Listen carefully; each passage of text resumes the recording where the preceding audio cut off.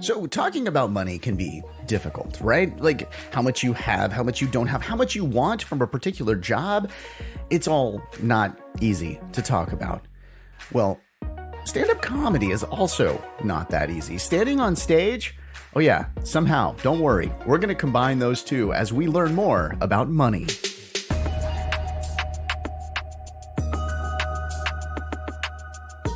Thanks for listening and subscribing to Learning More. It's Russ with you. And this week, we are talking money. It's not an easy conversation to have, whether it be with your spouse, your significant other, your parents, your boss, your coworker. Like, it's never really easy to talk about money. And to help us learn how to talk about money and kind of get even away from some of the shame that is there around money is Bob Wheeler. Now, he's a CPA. He's an author. And something you wouldn't expect, a CPA, but he's also a comedian, a stand-up comedian.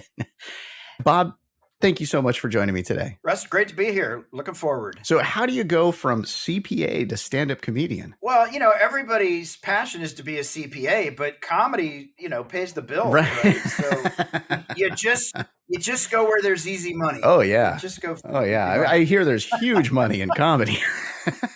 Huge money. Yeah. Now for everybody else but the comic. Yeah, right. Well, you actually got to stand on stage at the Comedy Store, and you also do the books. So you know how much they make there, right? I do. I am the CFO at the Comedy Store. And I kept trying to tell everybody, look, I'm just a comic. I don't want this gig. Mm-hmm. But yeah, I do know. And I've been there. We're coming on 25 years and we're coming on a 50-year anniversary. So that's pretty exciting. Wow. Yeah, it's amazing. And if somebody's listening and you don't know the Comedy Store, it's ridiculous. Go do some searches. If you watch anything on Robin Williams or Richard Pryor or Jay Leno was huge there, David Letterman, everybody really got their start at the Comedy Store. And a lot of that was because Carson's people would go over there too and check it out, watch the shows, and then pull those comedians on. And those are the comedians we know, be it Seinfeld or whoever. They all were on stage there at the Comedy Store. So that's a lot of pressure as well for you, right? To go on stage knowing that Pryor's been on that stage before. Yeah, I guess so. I guess he was never there when I was there, so I didn't really think about it too much. But now I've just totally screwed you up and you don't want to go on stage anymore. Oh my God. Yeah, I mean, look, those stages, it's pretty amazing, all the people that have been on those stages. And so I feel pretty privileged to get to be a part of a club that I think has had a huge impact on comedy and even beyond that. Craig T. Nelson, Michael Keaton, all kinds of people that you don't even they did comedy. Sandra Bernhardt, Whoopi Goldberg, Jim Carrey, like so many people. Yeah. It's pretty cool. Yeah. Oh, it's definitely cool. And it's like one of those cool places to go to. If you've never been and you're in the LA area, you got to go check this out. It's like that's second to Disneyland is the biggest attraction in LA, I would say, at least for me. I think that's fair. Yeah, I think that's fair. Yeah. Okay, so I mentioned the pressure of standing up there. Right now, I've managed people for 30 years. It makes me sound like I've been around forever, but I started a business really young. So I've managed people for a long time. Exactly. I was 7, and one of the difficult things, whether I'm talking to somebody for the first time about money in an interview or later on, it's a really hard topic to talk about. And I sort of compare that to being on stage. Like that's another frightening thing for people. Why do you think that talking about money is so frightening? Well, there's so much attached to it. If we don't have money, maybe we don't have any self-value, right? Net worth and self-worth, we think are related. I think that we also, so many of us are trying to present like, look how successful I am. Mm-hmm. Look, I made a smart move on this thing. And so we start building up all the shame, and then we have to sort of keep it a secret, the places where we misstep. Sort of like social media. Look at this great meal I'm having. Look at this great vacation. Of course, we're not showing them the credit card. We're not showing them, right, when we wrecked the car or when we got thrown out of the hotel. But here's a great picture of a pineapple. So I think with money, we've got all these stories, and then we're carrying all the baggage of our parents. God bless them. But they might have told us you're greedy if you want too much money, or if you're an artist, right, you're a failure, or whatever it is. And so we're like carrying around and trying to make mom and dad proud or being defiant of them. And money is a way people decide whether we're successful or not. it people make a snap judgment. Yep, they look smart. They Yeah. do well with their money. They must be good. Yeah. When I first started a business, I was a little nervous about it, right? And I had this kind of mentor person who actually also ran a business. And he told me, he goes, you're doing the American dream. You found something you love and you're going to do it for a living and you're going to make money at it and then you're going to hate it. And I go, wait, what? And he's, yeah, they don't tell you the last couple of parts of the American dream. But once you find your passion and then you add money into the mix, it makes it a lot more difficult. It makes it where it's not as fun anymore because now you're doing it for a different reason. You're not doing it for the fun. You're doing it for the money. Well, absolutely. And even like comedy or anything, well, now that I'm comfortable, do I want to take a risk? Right. Do I want to tell a new joke? Do I want to try a new product line? Well, I'm sort of comfortable. And so then we can get caught in the comfortableness, and maybe being innovative and fresh is what got us creative and got things moving. And now we're like, oh, I better protect. I better protect. Right. Right. And the thing is, like, what people don't realize is, so, on the hiring side of things, being on the interview side and not like I ask, like, what are you looking for? What are you looking for as far as compensation? I don't think that anybody has ever given me a straight answer to that. And the thing is if they did, I would probably they would probably end up making more is what I'm saying. It's like, it's funny how it's we're afraid to talk about it, but the consequences of talking about it could be, well, you get more of it. It's so weird. Absolutely. Absolutely. Well, it's a frightening thing because it's risky. If I tell you I want to make $100,000, I'm telling you I think I'm worth it. But what if you think I'm worth 60? Mhm. Oh my gosh, then maybe there's this big gap and I don't want to misstep, or who am I to think big? Right. Right. And I think if you're not going to talk about it, you're probably going to make more poor decisions around money. Well, absolutely, because you're not asking questions. You're not asking other people, what do they invest in? Have you done this before? Where did you have mistakes? Where did you misstep? Great. I'm not going to do those things. You just quietly hope Right. that it all works out. And often it doesn't. Yeah. I mean, sometimes it does. Yeah. Well, I talked to somebody. We did a show early on in the season here about sex and pornography. And, it's about the addiction to those things. And Sure. the person was like, well, you know what? Our parents didn't talk to us about it. Like it was whispered on television where we didn't talk about it. Right. And really, I guess money sort of falls into that same category where it's been whispered for so long that, yeah, we're just uncomfortable in talking about it.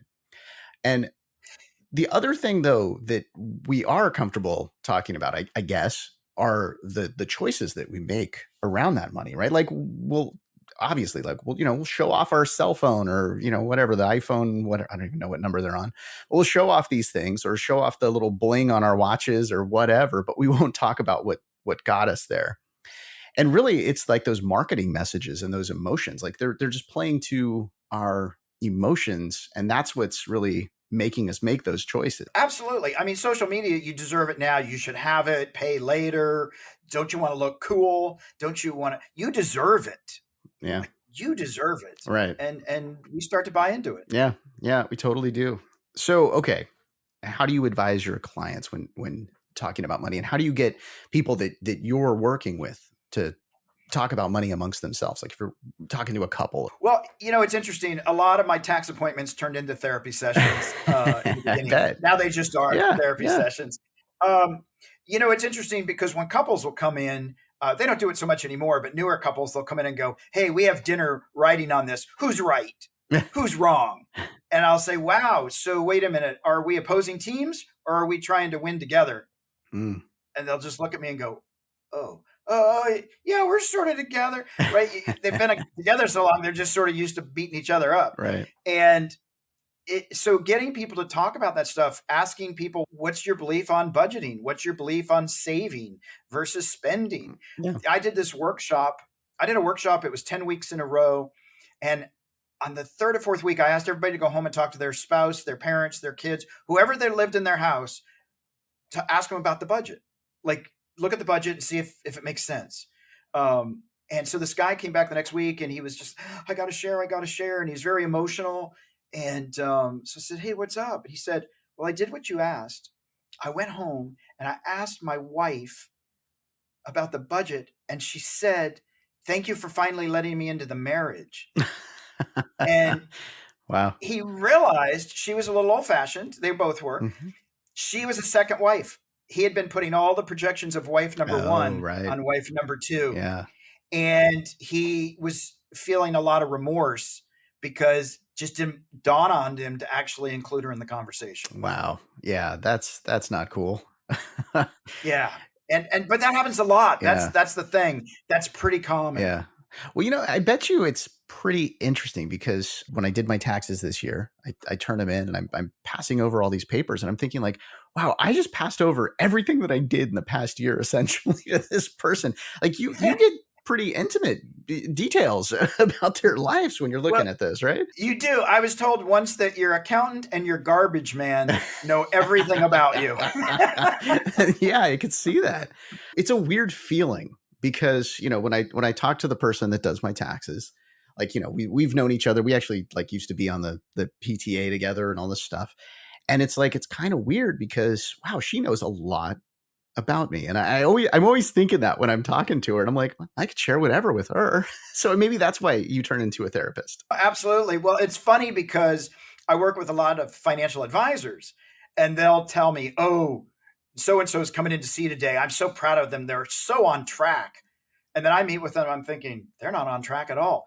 But the financial advisors don't actually get to see all the information that I do. Right. So they just tell the financial advisor, what do you want to hear? Yeah, that's what we're doing. And I look at it and go, that's not happening at all. But okay. Right. Right. Yeah. Because I see the nitty gritty. Yeah. It's kind of like going to the doctor. Oh, how many drinks do you have in a week?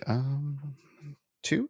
But you're actually looking at how, like, you're looking at the blood samples. You're seeing Right. what's actually going on. I think that's pure vodka. Yeah, exactly.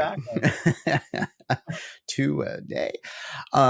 So how do we have that conversation? Like, how do we start to have and be more comfortable in talking about money? I think one of the first things that I ask people is, if we're going to embark on this journey, are you willing to have conversations and be uncomfortable?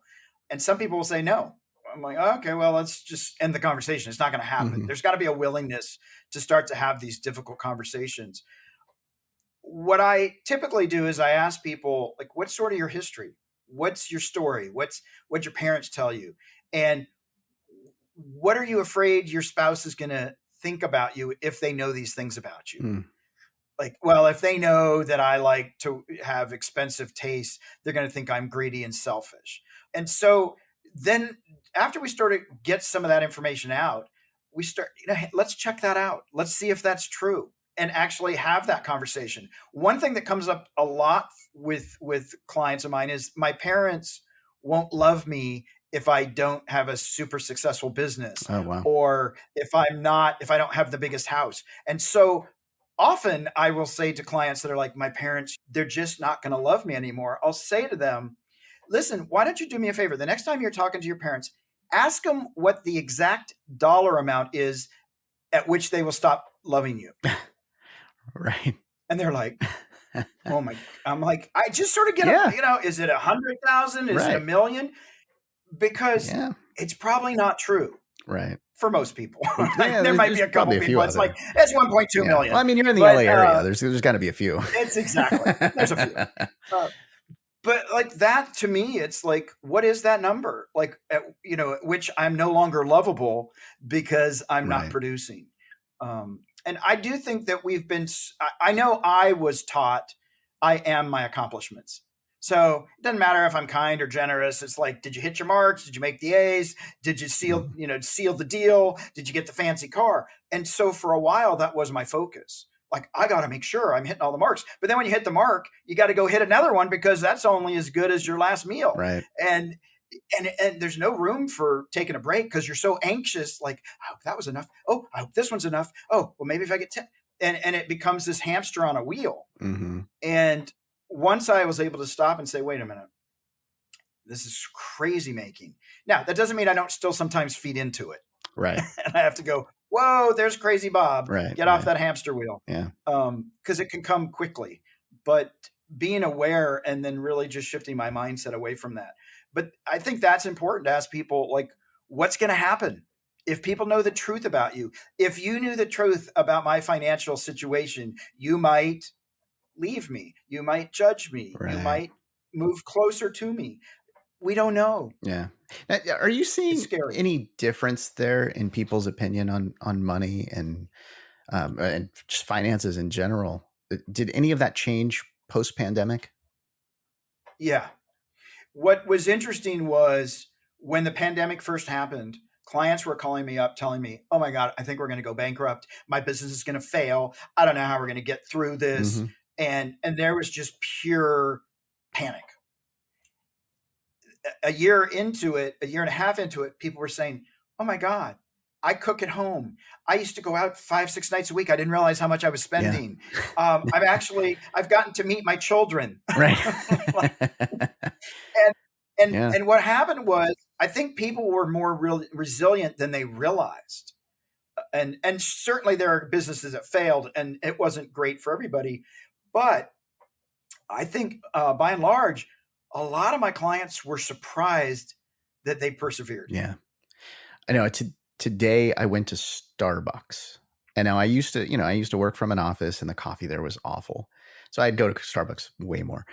I opened my app, and it's like, you haven't ordered in the last 120 days, so you have no favorites. Like, oh my God, wow, that's an accomplishment. I mean, I thought about that, and then I thought, wow, the $20 that I put on this card in, I don't know, December or something is still on here. Yeah. That would have been a week back in the old days. And so it's funny. And then with the big quit and people changing, and I feel like, to me, like the this kind of the great resignation or the big quit, I feel like it's Mhm. a lot about, like what you just said, just focusing on family, focusing on stuff that's more important than just making another dollar, and making the dollars that you do make go a little further, because you're not spending money out every night or doing things that maybe you shouldn't be doing. Like, just save the cash. Yeah, absolutely. Well, it's interesting in the US, I think, which is different than Europe and Australia and other places where they take 6 and 8 weeks of vacation, and they're less focused about do, do, do, do. Yeah. And my friends will say, "Hey, let's go. Hey, you want to take a trip? We'll go 2 weeks and we'll just lay by a pool." I'm like, "Lay by a pool? Like, you mean just have fun? That's insane. Why would I do that?" Right. There's so many things to be done, and I think that's a mindset that Yeah. it's easy to get into in this country. And I think the pandemic has really helped people stop and say, "Wait a minute, to what end? Right. To what end?" Yeah.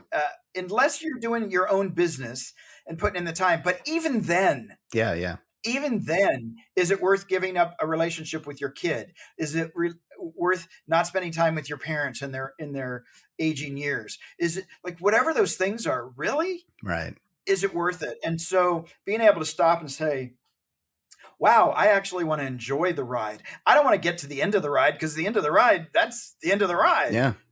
I want to have as much fun as I can, and I want to delay the end of the journey for as long as possible Yeah.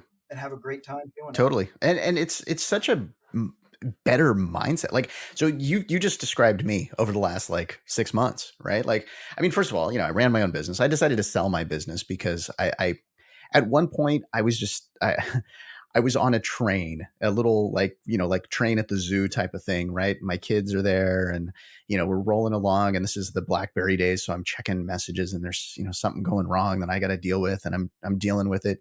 And, I can't remember if it was my daughter or my son, but one of them said, "Look at that, Daddy, look at that." And I'm like, "Oh yeah, yeah, it's nice." And then I'm like, you know what? I'm here, but I'm not here. Like, this is ridiculous. Right. Like, literally within 2 weeks, I had an offer to sell my business and just, do something else, because I felt like I couldn't be, for me, and there's plenty of people that can do this, but for me, and like the way that my bandwidth was for that, I felt like I couldn't be there like I wanted to be with my kids and run a successful business. Like, it was either good dad or good business. Like, that was the choice. That was the crossroad that I was at, like, literally that day. And that was the choice I made. And then I went to go and I worked a day job, and it was fantastic. But then, because of that kind of workaholic thing, I just kept going. I just kept, even though I don't need to, I'm working way beyond the 40. pandemic happened. I'm like, it's not important anymore. I don't need to do that. See, Bob, you're a therapist. I can talk to you. Absolutely. No, but Well, that's what you but just that, described, and that's yeah, how it's working, and it's great. I think this is like it's such a better life, and yeah, I mean, it's just such a good yeah, thing that you're kind of preaching this thing of like, hey, talk about money, and you do this on your podcast as well. So you've got an entire I, podcast. Tell us a little about I that. do. Yeah, so I have a podcast called Money You Should Ask. And what we do is I talk with people about their money journeys, beliefs, blocks, struggles. If I'm talking to a guest that started making investments at 5 and they've done everything right, I'm not interested. Like, I'm interested in the people. I've talked to some really high profile people, and they will say it's about relationships, it's about kindness, it's about Mm, gratitude, it's about like connection, relational, not transactional. And it's just such a great way for people to be able to hear other people and say, oh my God, they did the same thing I did. Oh, other people have shame. I'm not the only one. I started the podcast, I wrote the book, and I do workshops because I wanted to start conversations around money because people weren't having them. And I didn't get the download either. My parents didn't really know. And it wasn't their fault. They just didn't know. And so I wanted to start conversations about money to really help remove the stigma of shame and to let people know you're not alone. It's so isolating when you're in a bankruptcy, when your credit card debt is horrendous and nobody can know because you got to keep up with the Joneses. mm, It's like, yeah. oh my God, it's like, I mean, it gives people heart attacks. People commit suicide. It's horrific. And so, like, yeah, I want to talk about money. And it's not so bad. And guess what? I screwed up a lot too. And maybe you did, and maybe you didn't. But that's okay because we're all human. And the one thing I have is gratitude. Yeah. I can appreciate, I've traveled the world and I see people that don't even get running water or hot water or water on a daily basis. So when the water turns on, I'm thrilled. And other people are like, yeah, it's supposed to turn on. Yeah, well, it doesn't for everybody, most people in the world. Right. Yeah. And, it's like, it is appreciating the little things. And I've said good things about the pandemic, and I always feel a little bad saying good things about the pandemic because, I mean, it was awful. We all know that.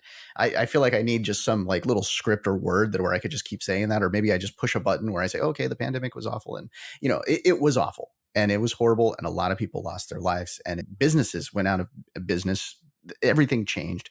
That part was horrible, but it did have that positive benefit of the pandemic pause of looking outside and watching the squirrels and noticing things that keeping up with the Joneses is not that important. It's not. Yeah. I don't even like the Joneses. Well, here's the thing. I hear you saying that the pandemic was terrible, and it was. And it's like anything in life. All of the things that have been what some people might say a failure for me, I look at as an education. Yeah. And so Mm-hmm. if I can find the silver lining and not just focus on the negative, sure, that really hurt, or that was really embarrassing. I feel so much like shame. And I got through it. I survived. I got back up. I found a new business. I left that toxic relationship. And all is not lost if we can actually find the good nugget from a bad experience. Right. Yeah. And I think when you screw up, if you look at it as, hey, I learned something, and just turn it around in that way, because you learn something every single time you make a mistake. And I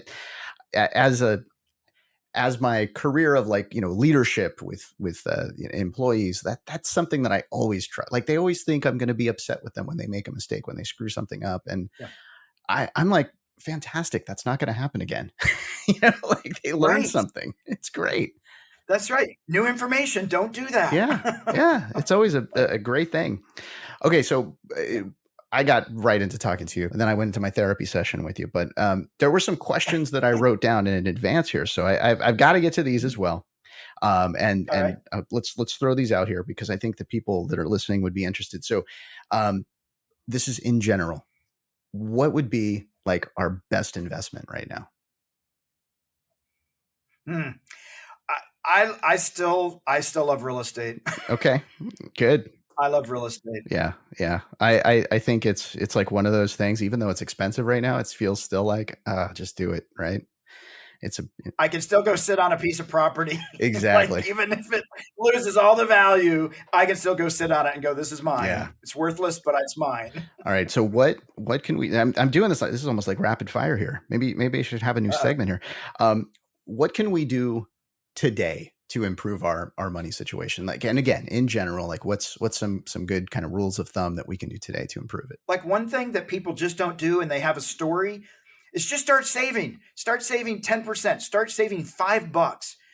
I don't care what it is. Start putting a little bit of money aside. On Fridays, take all the $5 bills out of your wallet and go, those go into my little money jar.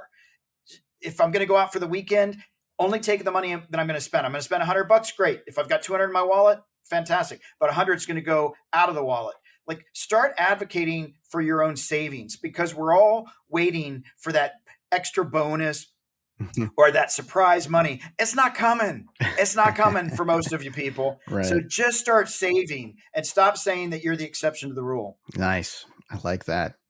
Okay. Best route to retirement. And again, we're talking in general here.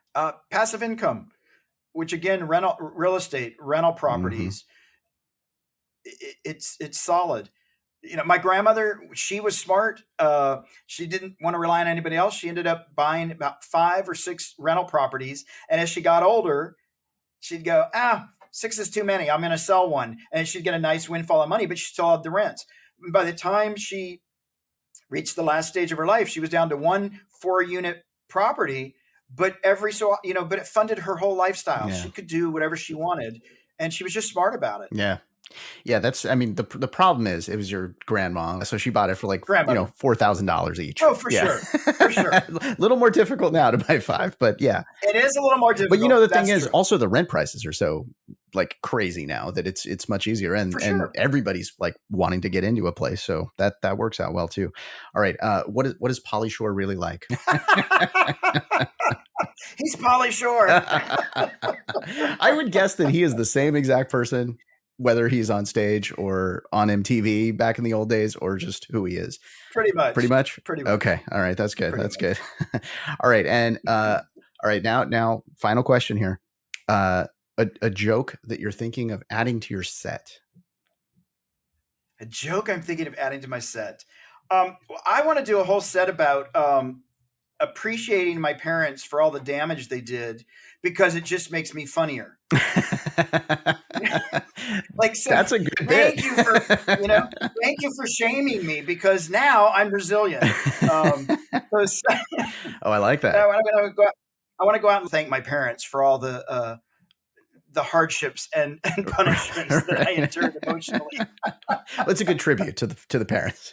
It's a good tribute to my parents, an homage. Exactly. Now, and actually, I'm gonna cheat here and go one more question. So, what do you like more? Do you like the CPA thing, or do you like the comedy thing? Well, you know what? I'm a weirdo.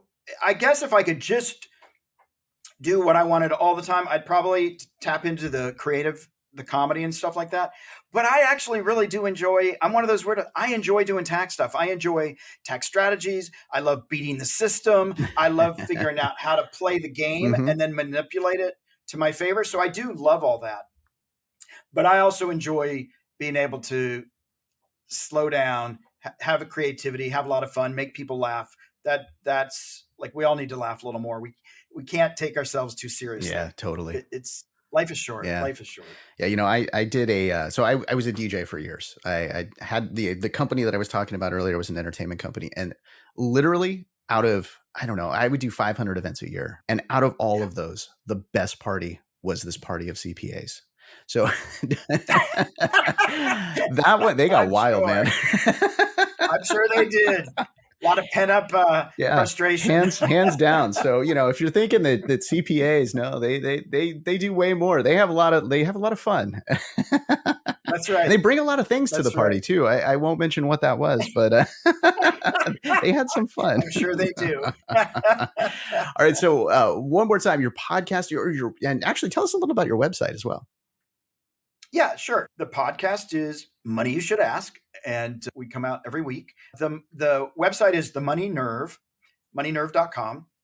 And we've got resources on there. We've got access to the book and just all kinds of stuff around money, practical stuff, emotional stuff, therapeutic, financial therapy stuff. There's just a lot of great stuff there where people can read and maybe something resonates with them. And we're here to talk about money and let people know you're not alone. All of us struggle, regardless if it's 100,000 or 100 million. Mm-hmm. Like we all have issues that come up for us. Nice. Well, thank you so much for joining me today. I'll let you get back. Do you got a set tonight? No, Okay. I'm probably gonna do like 3 more tax returns. Oh, hey, well, that's just as fun. It's a different set. Yeah. Well, Bob, thank you so much for joining me tonight. Yeah, absolutely. My pleasure. Thanks for having me. See, I told you talking money could be fun. Thank you for listening and subscribing to Learning More. We encourage you and thank you for rating this podcast and sharing it with friends. As with any podcast that gives medical or legal opinion, the information is not meant to substitute professional advice, and we encourage you to consult a professional to discuss your exact needs. I invite you to join us next week as we begin to talk about children and anxiety. How do you deal as a parent with a child that has anxiety? It's a difficult one, and it's something that a lot of parents are going through right now, especially post-pandemic. So we will cover that next week. Hey, if you've got an idea for a future episode, let us know. Just head over to learningmorepodcast.com and make a suggestion. That's also where you can find all of our past episodes, show links, all of that is right there available on the website. Again, thank you for listening. Thank you for subscribing. I'm Russ, and I look forward to learning more with you next time.